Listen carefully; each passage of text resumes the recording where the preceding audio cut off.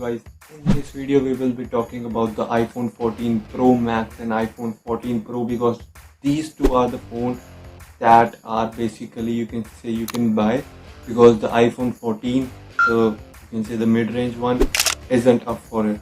Yeah, that's what they say. It's 70,000 and it's mid-range for that. So it's not like a viable product for you because basically it is having lot of flaws in it. First of all, you are getting the previous year chipset in it. You won't be getting that notch type dynamic island in it, and there are lot of flaws because if you want to buy the mid-range iPhone, make sure you buy the last year one because the price has been gone down of that iPhone. Plus you are getting the same chipset and same software, everything same is presented in the last year phone. So make sure you buy that and don't buy iPhone 14 if you are going for that. If you want to buy it, make sure you buy the iPhone 14 Pro and 14 Pro Max because these two are the phones which have made a really big significant difference that you can see in the phone. Let's move on to its specification, and first we'll talk about its design. So first of all, they haven't changed much in the design.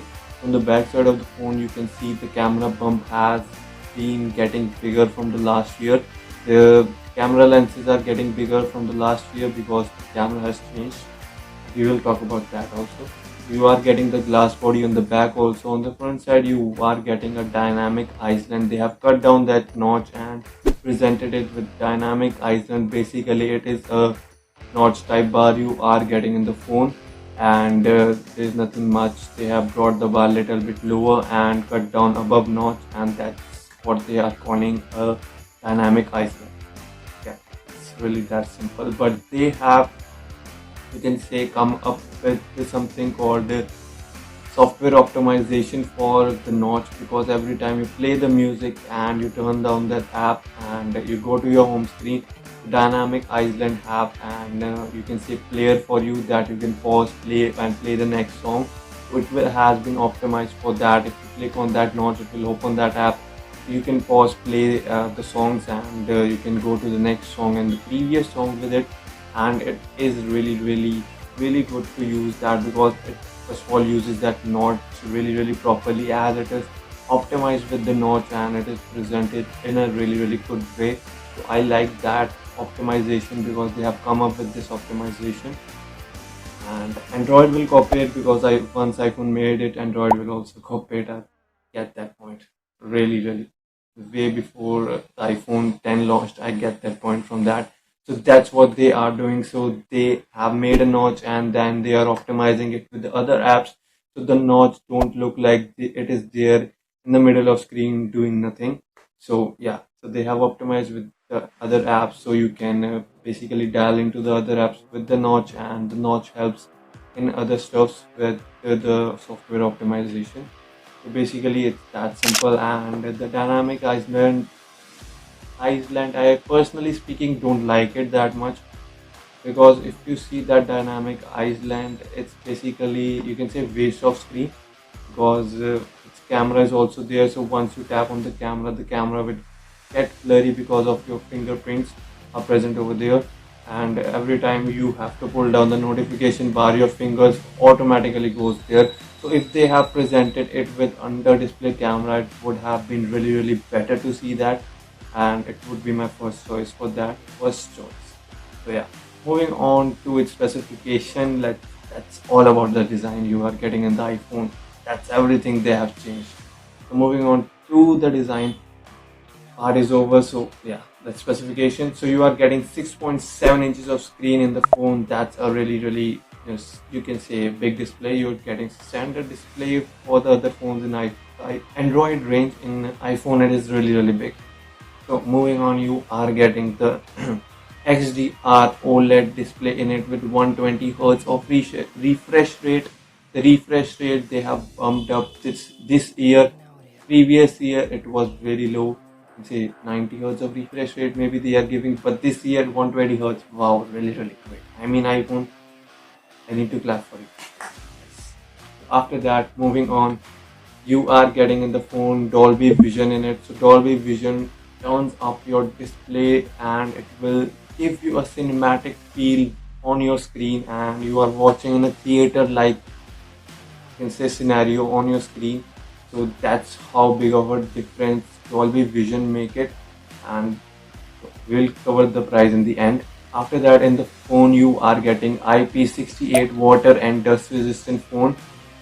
Yeah, so it's resistant phone. Make sure you don't throw that phone into the sea to check it's waterproof or resistant. It's resistant. It can endure splashes of water, not, yeah, putting the phone into the bathtub or you can say the sea. It will not endure that. Maybe in some cases, but it won't endure that. So moving on, you are getting iOS 16 in the phone, which is the latest and the greatest UI by iPhone. And they have changed everything in this, almost everything, because they have come up with the settings menu, have changed the notification panel and other lock settings and wallpaper. Everything has been changed in it. And yeah, that's what they have coming up. It's a really great UI for iPhone user if you are using the past iPhone, and this upgrade is really great for you. But on Android, we love stock Android obviously, so it's not a good of a use for us, but for iPhone user it's a really great update, the iOS 16. So moving on to the chipset, you are getting the iPhone's latest and the greatest chipset in the iPhone Pro Max, which is the A16 Bionic chipset that comes under iPhone. So this is the A16 Bionic chipset, which is based on 4 nanometer, and the previous version of the chipset, which is A15 Bionic chipset, it was also based on the 4 nanometer chipset. But this is powerful than that chipset as the power consumption is less. It is more powerful. It can handle higher battery. It can handle, you can say, what you can call that, yes, you can call a faster charging. It can handle that also. So it is way better than any of the other, you can say, A15 Bionic chipset. And it is still on 4 nanometer, that's the downside, but everything else is changed. The size is same, but the power consumption and the power it provides, the hardcore user is there. You can use it hardcorely, and it can perform way better tasks than the iPhone 15. And it basically, they have done the comparison in their launch event also, and this really smashed the iPhone 15 processor. So the A16 Bionic chipset is really amazing. It smashed every processor that is out there, even the Snapdragon ones.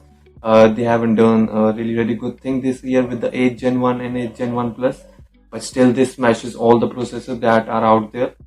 And moving on, it is also having GPU of 5 cores, and that's all about the chipset. Moving on, you are getting the first ever 48 megapixel of camera on the iPhone 14 Pro Max, as they have given the first ever 48 megapixel they have done this year. So they are fed up with 12 megapixel of camera, and now they have come up with the 48 megapixel of camera. Yeah, that's what they have done. You are getting 48 megapixel of camera, and now they have increased the quality and everything in the phone, but you will still be able to record 4K at 60 FPS max. 24 and 25 and 30 FPS are also present there with 4K, but 60 FPS is max, and you are getting 48 megapixel of camera, and this camera is better than pixel camera, raw camera, any of the Samsung's camera. It is better than that. So yeah, it smashes all the cameras also.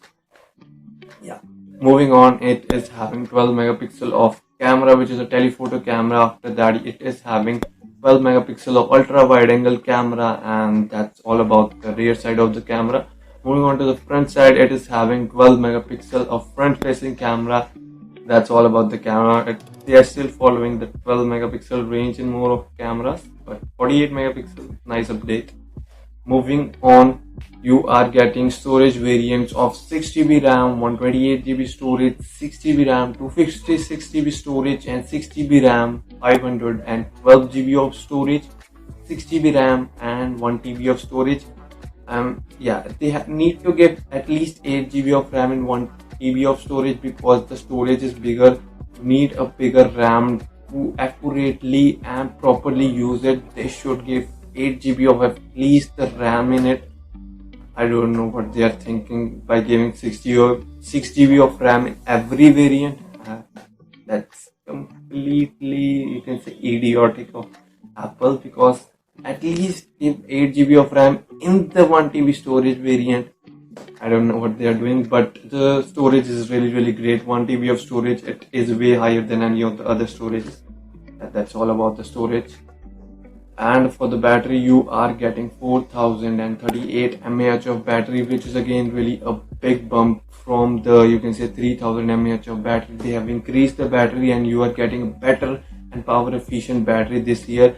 They haven't mentioned the fast charge, but you are getting a fast charge. You are getting 18 watt of fast charge in that MagSafe, but for other, you can say, for the plug charges or the adapter charges, they haven't mentioned any of the fast charges. So yeah, that's all about this iPhone specification. So what's the price in India? So you will be getting the base variant, 6 GB RAM and 128 GB of storage under 1,40,000 rupees. That's the price. And in dollars, it should be $1,100 for you if you are in US. So yeah, that's the price of an iPhone. Moving on, you are getting, you can say, same specs in the iPhone Pro. Everything, every single item is same, except they are giving a shorter screen in the iPhone Pro, which is 6.1 inches of screen, and they are giving shorter battery, which is of 3000 mAh. And these are all the items that they have decreased in the iPhone. Everything else, camera, processor, software, everything else is same. Everything, 48 megapixel of camera, still getting that in Pro version also. So I think you should go with the Pro version because the base variant costs around 1,20,000, which is again of 6 GB RAM, 128 GB storage, and that's an amazing variant to go for it. If you want to go for it, you should be able to go for that, because if you are buying an iPhone, you should also buy an iWatch, you should also buy an AirPod. That's all the greedy thing comes into your mind after buying an iPhone. Yeah, if you want to buy that, make sure you buy this variant, because this is having everything that you needed in the phone, and everything is same except for the screen and battery. Everything else is same. So why not buy this phone? This is worth buying. If you want to buy the iPhone Pro, is worth it. And above that, it's costlier. Everything is really amazing in this phone, but every time I think about iPhone, it's getting way expensive. To compare it with any of the phone, it's really expensive. If you want to buy it, that's completely up to you. The latest and the best upper version you want to buy it, 1 TB version costs you around 2 lakh 20,000, around that you will be costing rupees. So if you want to buy it, that's completely up to you, but they are really expensive first of all. So that's why I'm recommending the Pro version of the Pro Max. That's all about my review. Thanks guys, thanks for watching. It's been Pranav and I'm signing off.